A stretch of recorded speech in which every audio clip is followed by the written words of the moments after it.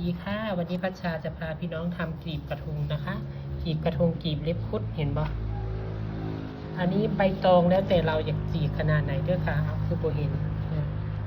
อันนี้คือดอกทองอุไรด้วยค่ะพี่น้องคะทองอุไรวางลงไปเอาตรงขั้วขึ้นค่ะนี่คือกลีบกระทงกลีบเล็บคุดนะคะทำง่ายๆเลยพี่น้องคะ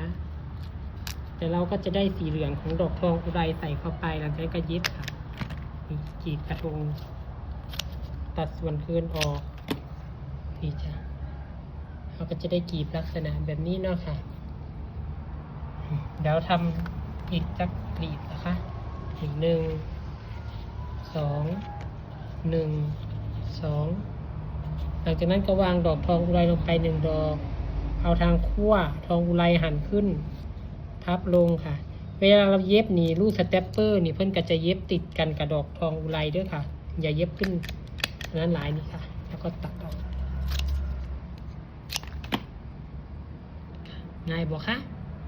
ฝากกดแชร์ด้วยนะคะเดี๋ยวไปดูคลิป